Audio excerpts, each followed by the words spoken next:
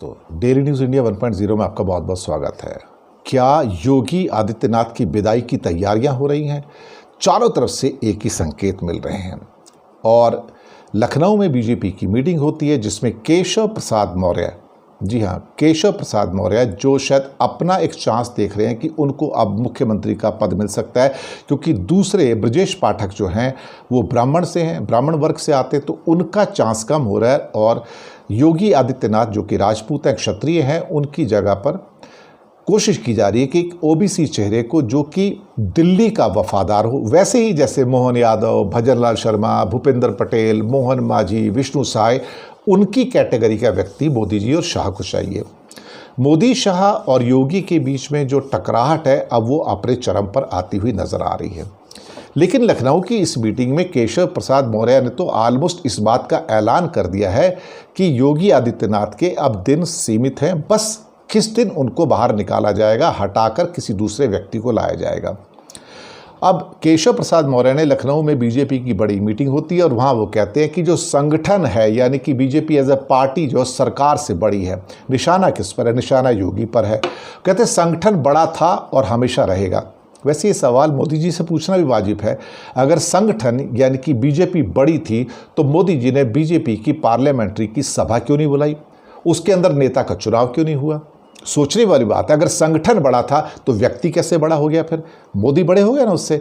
और यहाँ पर योगी, तो उनको कहा जा रहा है कि संगठन बड़ा है, लेकिन क्या केशव प्रसाद मौर्य मोदी जी से कहेंगे कि क्या आप संगठन से बड़े हैं? क्योंकि जब आप बड़े नहीं हैं तो फिर इसका मतलब ये हुआ कि आपको बीजेपी के संसदीय दल की बैठक बुलानी चाहिए थी और फिर उसके अंदर जो लीडरशिप है जो इमर्ज होनी थी पूरे बीजेपी का, संसद की, लोकसभा की, उसको डिसीजन करना था, वो नहीं हुआ। वो बैठक आज तक नहीं बुलाई गई। तो क्या केशव प्रसाद मौर्य ये बात योगी को कह रहे हैं? किसके कहने पर? मोदी और शाह के कहने पर। बिल्कुल पक्का है। अब हार और जीत का जब महामंथन हो रहा है वहाँ पर दरअसल हार का ठीकरा योगी आदित्यनाथ के सर पर फोड़ने की कोशिश की जा रही है, बल्कि वो कामयाब भी होते नजर आ रहे हैं। सवाल ये पैदा होता है कि अल्टीमेटली केशव प्रसाद मौर्य जो डेप्यूटी सीएम है, उनका बयान इतनी सुर्खियों में क्यों है? केशव प्रसाद मौर्य कहते हैं कि वो पहले बीजेपी के कार्यकर्ता हैं, बाद में डेप्यूटी सीएम। संगठन हमेशा बड़ा था, है और रहेगा। और इस बयान से हलचल तेज हो गई है कि इसके मायने क्या हैं।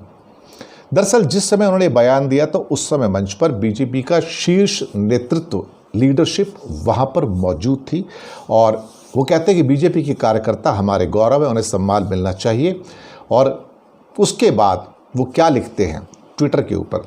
जो भी होता है घटनाक्रम रचता स्वयं विधाता है, आज लगे जो दंड वही कल पुरस्कार बन जाता है।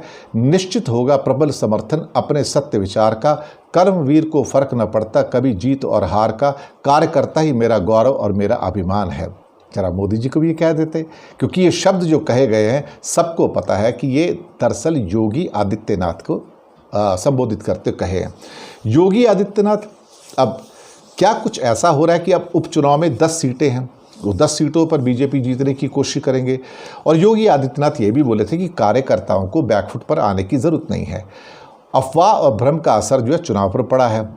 लेकिन अब वहाँ पर हुई सभा में जेपी नड्डा भी थे। अब सवाल ये पैदा होता है कि अल्टीमेटली ये जो चुनाव होने जा रहा है ये बहुत अहम होगा 10 सीटों का।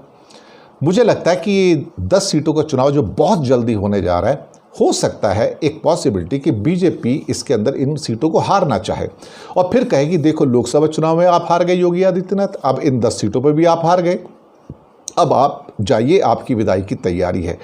तो ये एक पॉसिबिलिटी हो सकती है कि मोदी इन 10 सीटों को दाव पर लगाएंगे, इसलिए दाव पर लगाएंगे कि उसकी हार का ठीकरा भी योगी आदित्यनाथ के सर पर फोड़ा जाए और कहा जाए अब तुम इस लायक नहीं रहे कि तुम यहाँ रहो और तुम चले जाओ। मुझे लगता है कि उत्तर प्रदेश की राजनीति में एक बड़ा फेरबदल आ रहा है, हमें उसके लिए तैयार रहना होगा। लेकिन योगी आदित्यनाथ के दिन बहुत बुरे आ गए हैं ऐसा लग रहा है। पर क्या योगी और मोदी सफल हो पाएंगे? क्या उनका स्टंप उखाड़ पाएंगे? ये तो वक्त बताएगा, हमें इंतज़ार करना होगा। धन्यवाद।